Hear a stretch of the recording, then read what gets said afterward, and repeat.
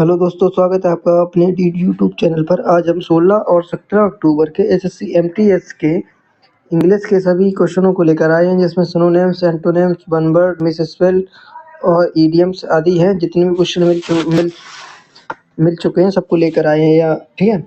और बाद बाकी अगर आपको लगे कि कोई क्वेश्चन छूट गया तो उसे आप कमेंट में बता सकते हो, तो उसे फिर आगे वाले वीडियो में ऐड कर दिया जाएगा। और अगर वीडियो अच्छी लगे तो चैनल को सब्सक्राइब भी कर दिया करो और शेयर भी कर दिया करो, ताकि हमारी रीच ज़्यादा से ज़्यादा लोगों में पहुँचे और हमारा चैनल और जल्दी ग्रो करे। ठीक है, तो चलो स्टार्ट करते हैं अपना वीडियो। तो आज का पहला क्वेश्चन पूछा गया था एम्पलीफाई। एम्पलीफाई का सिनोनिम्स पूछा गया था। एम्पलीफाई का मतलब होता है इंक्रीज करना। क्या होता है? इंक्रीज या लार्जर या ग्रेटर और या तो स्ट्रॉन्ग करना। ठीक है, एम्पलीफाई का मुख्य क्या होता है? इंक्रीज करना। और इसके सिनोनिम्स क्या हो जाएंगे? इंक्रीज करना, मल्टीप्लाई करना, एडिशन करना, एक्सपेंड करना, राइज करना, मैग्नीफाई करना, बूस्ट करना, इनलार्ज करना, एक्सटेंड करना, इनहेंस करना और रेनफोर्स और इंटेंसिफाई। इंटेंसिफाई ये इसके प्रमुख एंटोनिम्स हो जाएंगे। किसके? एम्पलीफाई के। ठीक है, अब एम्पलीफाई के प्रमुख एंटोनिम्स कौन से सिनोनिम्स थे, वो एंटोनिम्स कौन कौन से हो जाएंगे?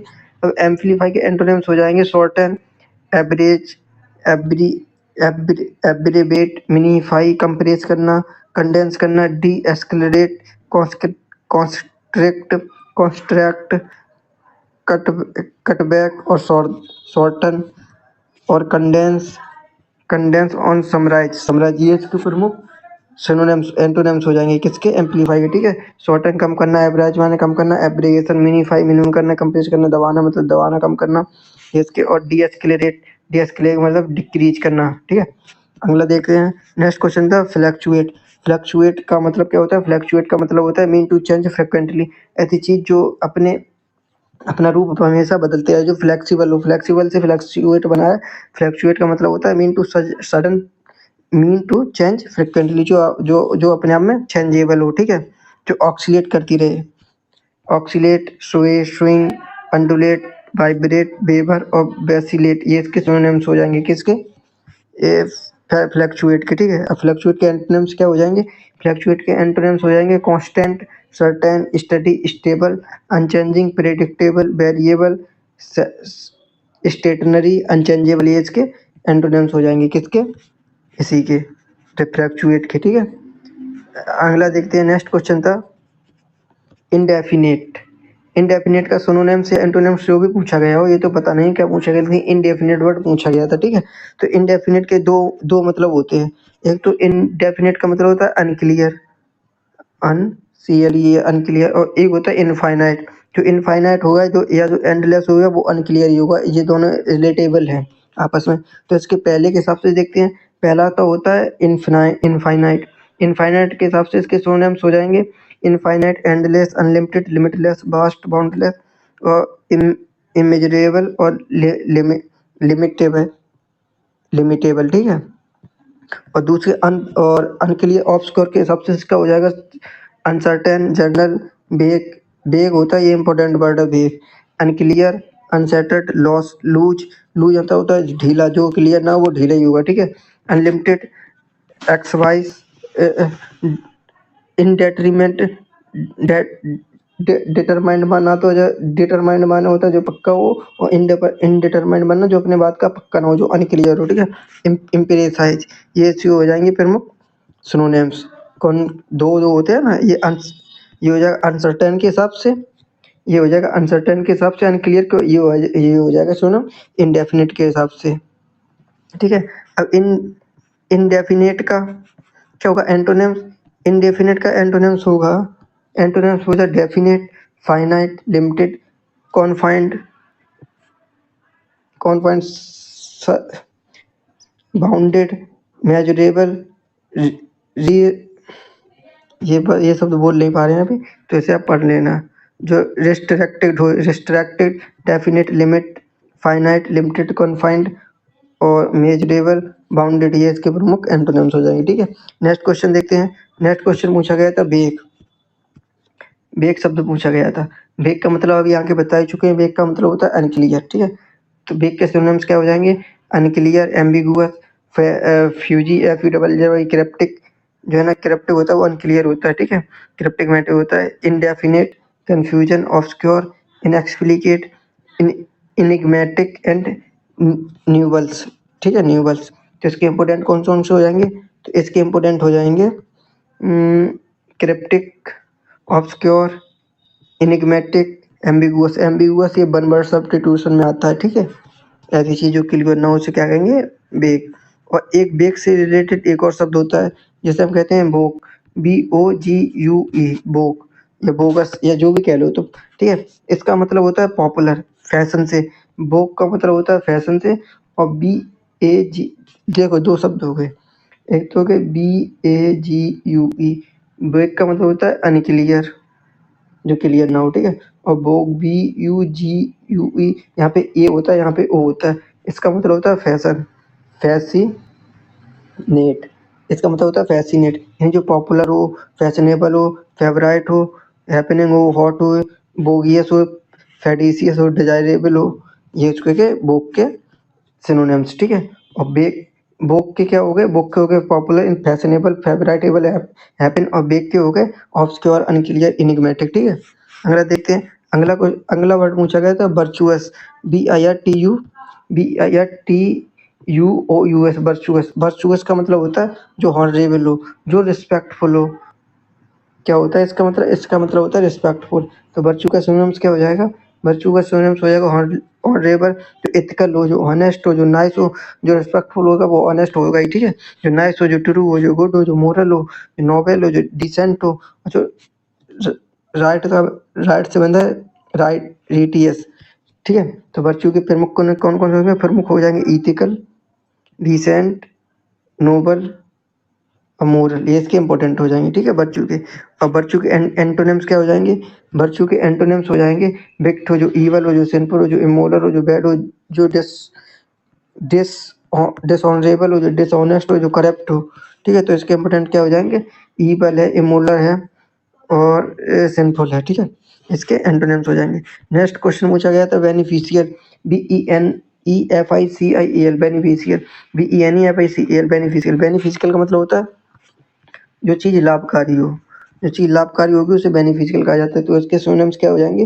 फेवरेबल हो, यूजफुल हो। जो चीज़ लाभकारी होगी वो यूजफुल भी होगी। जो वैल्यूएबल हो, जो हेल्पफुल हो, जो प्रॉफिटेबल हो, जो बिनाइन हो। बिनाइन, बिनाइन का मतलब यहाँ पे काइंड होता है, काइंड से लिया गया। जो आदमी काइंड होगा या बेनिफिशियल होगा वही बेनिफिशियल होगा। ठीक है, होलसम हो, एडवांटेजियस हो, एक्सपेंडिडेंट हो और सैल्यूटरी हो। ठीक है, ये किसके सिनोनिम्स है? बेनिफिशियल के। इसके इंपॉर्टेंट कौन है? इंपॉर्टेंट हो जाएगा होलसम, बिनाइन, सैल्यूटरी, एक्सपेंड एक्सपेडिएंट और प्रॉफिटेबल। ये इसके बेनिफिशियल के सिनोनिम्स हो जाएंगे इंपॉर्टेंट चार। ठीक है, जो आ सकते हैं। नेक्स्ट देखते हैं। नेक्स्ट क्वेश्चन पूछा गया था फोरसेक। फोरसेक का मतलब होता है त्याग देना, किसी चीज को त्याग देना या उसके छोड़ देना। ठीक है, तो इसके सिनोनिम्स क्या हो जाएंगे फोरसेक के? फोरसेक के सिनोनिम्स हो जाएंगे अबंडन, डिजर्ट, डिजर्टेड या डिजर्ट, डंप, क्वेट, क्वेट करनो, डिस्कार्ड करनो, रिलिंक्विश करनो, भाग करनो। अगर तुम भाग कर रहे हो तो जा रहे हो। अगर तुम भाग कर रहे हो तो तुम चल रहे हो। अगर तुम चल रहे हो तो तुम किसी को छोड़ रहे हो। ठीक है, हाँ, भाग, भाग अवे फ्रॉम और रेनाउंस, बैकेट, जेटिसन और डिसोन। ये इसके प्रमुख सिनोनिम्स हो जाएंगे। तो फोरसेक के इंपॉर्टेंट कौन से हो गए? इंपॉर्टेंट हो जाएंगे abandon, deserted, dump, relinquish, discard और रिलाउंस। रेनाउंस, रिलिंक्विश, बैकेट, BACATES, बैकेट। ये इसके इंपॉर्टेंट हो जाएंगे। और इसमें सबसे ज़्यादा मोस्ट इंपॉर्टेंट है एबंडन, रिलिंक्विश और रिनाउंस और डिजर्ट। ये चार मोस्ट इंपॉर्टेंट है। इंपॉर्टेंट तो ये सारे हैं, लेकिन ये चार की संभावना कि किसी न किसी शिफ्ट में जरूर पूछे जाएंगे। ठीक, तो फोरसेक का सिनोनिम्स को पता ही चल गया। फोरसेक के एंटोनिम्स देख लेते हैं। फोरसेक का एंटोनिम्स हो जाएगा हैव, मतलब किसी चीज को तुम त्याग दे रहे हो। अगर किसी चीज को अपने पास रखे हो तो उसके लिए क्या हो जाएगा? हैव रखना, परचेज करना, कीप करना, return, hold, own, with hold. ठीक है, मतलब किसी चीज को अपने पास ही रखना, विद होल्ड करना, कीप करना, ओन करना, होल्ड, रिटर्न। नेक्स्ट देखते हैं। अगला क्वेश्चन पूछा गया था रिलक्टेंस, RELUCATANCE, रिलक्टेंस। रिलक्टेंस का मतलब होता है, रिलक्टेंस मीन अनविलिंग, हेजिटेट या डिसइंक्लाइन। मतलब एक ऐसा व्यक्ति जिसकी कोई इच्छा ना हो, बिना इच्छा के। ठीक है, हेजिटेंट या डिक्लाइन। तो उसके सिनोनिम्स से देखते हैं। रिलक्टेंस के सिनोनिम्स हो जाएंगे हेजिटेंस, अनविलिंग, डिसइंक्लाइंड, स्पेक्टिकल, डूबियस, अनईगर, अन अन अन एथेंसियस होता है, रेटिटेंट, अनसर्टेन और टिमिड। ठीक है, तो इसके क्या हो जाएंगे सिनोनिम्स? इसके सिनोनिम्स हो जाएंगे प्रमुख अनविलिंग मतलब बिना किसी इच्छा के, रिलक्टेंस का मतलब क्या होता है बिना किसी इच्छा से, बिना तुम्हारी इच्छा से, इंथुजियास्टिक, रेटिटेंस, अनईगर, स्केप्टिकल, अनविलिंग, हेजिटेंट और डिक्लाइंड और डूबियस। ठीक है, ये इसके हो जाएंगे प्रमुख। इसका प्रमुख सबसे ज्यादा इसका इंपॉर्टेंट है अनइंथुजियास्टिक, अनईगर और हेजिटेंट, ये इसके, और डूबियस भी हुआ जो, क्योंकि जो अगर दुविधा में होगा, डूबियस का मतलब होता है दुविधा, और जो आदमी दुविधा में होगा उसी की इच्छा नहीं होगी। ठीक है, इसके एंटोनिम्स देख लेते हैं, तो इसके एंटोनिम्स हो जाएंगे ईगर, इंथुजियास्ट और ग्लैड। ठीक है, और ईगर के प्रमुख सिनोनिम्स क्या हो जाएंगे? ईगर्स का हो जाएगा कीन, curious, CURIOUS, curious, queen, enthusiastic, glad जो है ना एकदम चीयरफुल हो, एकदम खुले दिल का हो। ठीक है, जो एकदम रेडी हो, तत्पर हो, उसे कहते हैं। अगला देखते हैं, नेक्स्ट क्वेश्चन था exemplary, EXEMPLARY, exemplary, EXEMPLARY, exemplary का मतलब होता है जो एकदम, कैसे बताऊं, जो है ना ग्लोरियस हो, जो एक्सीलेंट हो, जो मॉडल हो, जो परफेक्ट हो। ठीक है, एग्जाम्पलरी का मतलब होता है परफेक्ट मान लो। ठीक है, इसका मतलब हो जाएगा परफेक्ट, जिसमें एक भी प्रकार की त्रुटि ना हो, उसे कहेंगे परफेक्ट। इसका मतलब होता है परफेक्ट। ठीक है, तो इसका सिनोनिम्स क्या हो जाएंगे एग्जाम्पलरी के? Excellent, superb, unexceptional, perfect, unique, model, idol, sterling, typical और हॉनरेबल। ये इसको हो जाएंगे प्रमुख सिनोनिम्स किसके? एग्जाम्पलरी के। ठीक है, जो मॉडल हो, जो आइडल हो, जो सुपर्ब हो, जो एक्सीलेंट हो, जो परफेक्ट हो, यूनिक हो, स्टार्लिंग हो, टैपिकल हो, तो इसके इंपॉर्टेंट क्या हो जाएगा? इसका इंपॉर्टेंट हो गया टैपिकल, स्टार्लिंग और एक्सीलेंट और बस हाँ ये और सुपर, तो ये बात हुई सबको पता ही होती है। और हॉनरेबल और कर दो इसका, हॉनरेबल, हॉनरेबल से एस्टीम और कर दो, एस्टीम का मतलब भी होता है हॉनरेबल, और रिस्पेक्टफुल हो गया हॉनरेबल, और 2-4 मीनिंग है, अब बाद बाकी याद नहीं आ रही है अभी, तो हमें इतनी पता है, याद तो बहुत है, और बाद बाकी अगले वाली वीडियो में देख लेंगे। ठीक है, नेक्स्ट देखते हैं, अगला क्वेश्चन था नॉनसेंस। नॉनसेंस वर्ड पूछा गया था, अब इससे पता नहीं कि ये किस में पूछा गया था, ये पता नहीं कि एंटोनिम्स था कि सिनोनिम्स था कि मिसफिल्ड था, बहरहाल नॉनसेंस वर्ड पूछा गया था। तो नॉनसेंस का मतलब क्या होता है? Nonsense means A subtitle difference in meaning, tone और कलर, मतलब एक ऐसा व्यक्ति जो सही ना हो, जो बदतमीज हो, यानी नॉनसेंस मीन है subtitle difference in meaning, tone और कलर, मतलब कोई ऐसी चीज जिसके मीनिंग में, टोन में या कलर में कोई ना कोई अंतर हो, यानी जो एकदम परफेक्ट ना हो, इसे नॉनसेंस को यही कह सकते हैं। ठीक है, तो इसके प्रमुख देखते हैं सिनोनिम्स क्या हो जाएंगे। तो नॉनसेंस के प्रमुख हो जाएंगे subtlety, degree, distinction, graduation, refinement, honesty, gradation, suggestion, trace और हिंट, ये इसके प्रमुख सिनोनिम्स हो जाएंगे। क्या हो जाएंगे इसके synonym? Hint, trace, suggestion, ग्रांडेशन, नेस्टी, refinement, degree, subtitle, graduation, ये इसके प्रमुख सिनोनिम्स हो जाएंगे। ठीक है, अब अगला क्वेश्चन देखते हैं। नेक्स्ट क्वेश्चन पूछा गया था करेक्ट स्पेलिंग एरर से, जिसमें कि जे स्पेलिंग आई थी, जो मिली है वो हम लाए हैं। एक तो पूछी थी डिफरेंट की स्पेलिंग एरर, करेक्ट स्पेलिंग छाटनी थी। तो इन चारों ऑप्शन क्या हो जाएगा? नीचे से देखते हैं, DIFF होती है, DIFF के बाद ए नहीं होता है, पहला चौथा गलत। DIFF होती है, आर नहीं होती, ये भी गलत। तो DIFFERENT होता है, ANT तीसरा कहते, तो इसका पहला वाला सही हो जाएगा। तो डिफरेंट का क्या हो गया correct spelling? DIFFERENT, indifferent, different हम कह रहे हैं इनडिफरेंट। ठीक है, दूसरा पूछी गई थी स्पेलिंग, करेक्ट स्पेलिंग, दूसरी पूछी गई वैक्यूम। वैक्यूम की स्पेलिंग क्या होती है?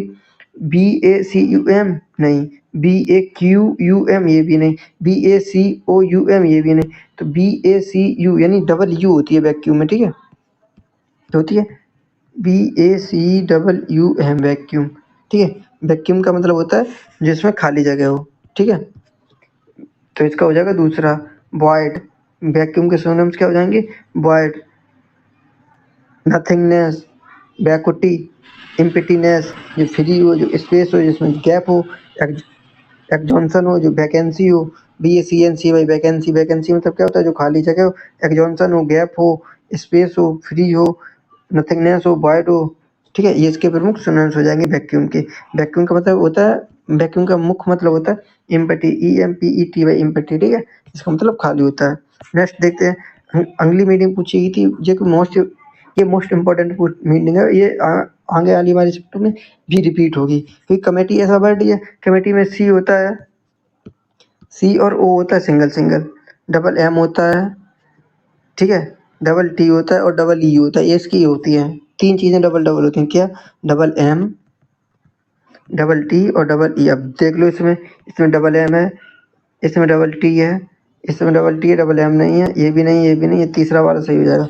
तो कमेटी की क्या स्पेलिंग होती है? एक बार लिख देते हैं, COMMI double T double E, ठीक है। दोबारा सही से लिख देते हैं, COMMI double T double E, ये होती है कमेटी की करेक्ट स्पेलिंग। और कमेटी के साथ इससे जुड़ा हुआ रूल, ग्रामर का रूल बताते हैं। कमेटी के साथ लगता है, कमेटी होती है, कमेटी के साथ लगता है सिंगुलर वर्ब, ठीक है, जब इसका मतलब पूरे एक होल ग्रुप से होता है। और कमेटी के साथ लगती है प्लूरल वर्ब, जब इसका संबंध, जब कमेटी में, जब है ना किसी ग्रुप में लड़ाई हो जाती है तो होता है प्लूरल। और अगर कोई कमेटी है, ठीक है, या कोई ग्रुप है वो एक साथ है, तो उसमें लगेगा सिंगुलर, ठीक है। ये इसका प्रमुख रूल होता है। अगला देखते हैं, नेक्स्ट देखते हैं ईडियम्स। कौन कौन से ईडियम पूछ गए थे इनसे रिलेटेड? तो प्रमुख ईडियम पूछा गया था, स्पाइल द बीन। क्या पूछा गया था? Spill the bean. Spill the bean का मतलब होता है डिस्क्लोज ए सीक्रेट और रिवील समथिंग परमानेंटली। मतलब स्पाइल द बीन का मतलब हो जाए किसी चीज को डिस्क्लोज करना, ठीक है, जो सीक्रेट हो उसे।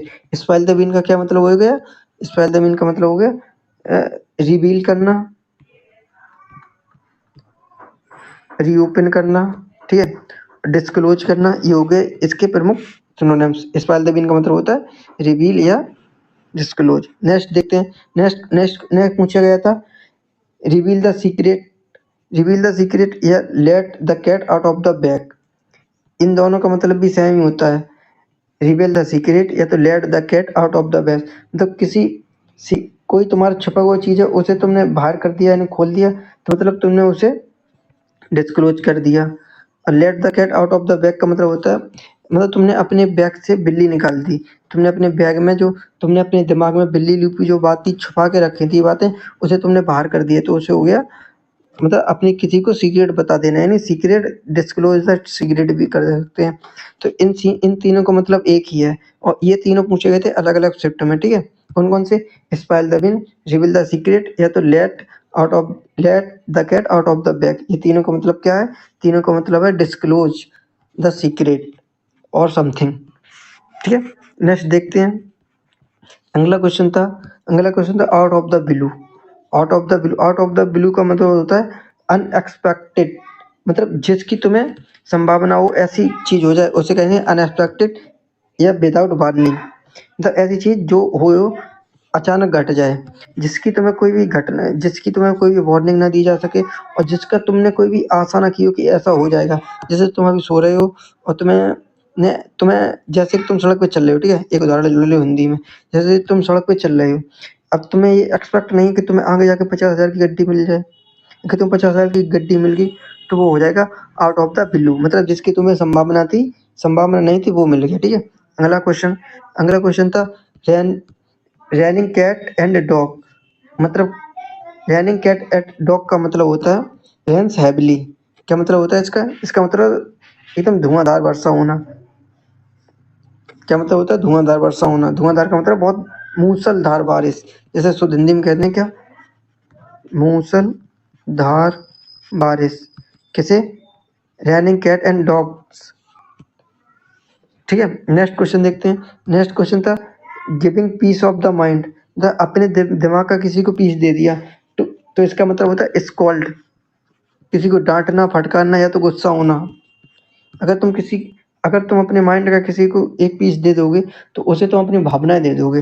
जब तुम उसे अपनी भावनाएं दे दोगे तो इसका मतलब होता है तुम उस पर गुस्सा हो जाओगे। ठीक है, तो इसका क्या मतलब हुआ, giving the piece out of the mind का मतलब होता है एस यू एल स्कॉल्ड करना, डांटना, फटकारना या तो गुस्सा होना। एंगर तो क्या होता है, to speak angrily to someone about something that they have done wrong, मतलब कोई ऐसी चीज जो किसी व्यक्ति ने की हो, गलत काम किया हो, उस पर तुमने उससे गुस्सा करा हो, तो उसे कहते हैं giving piece of the mind.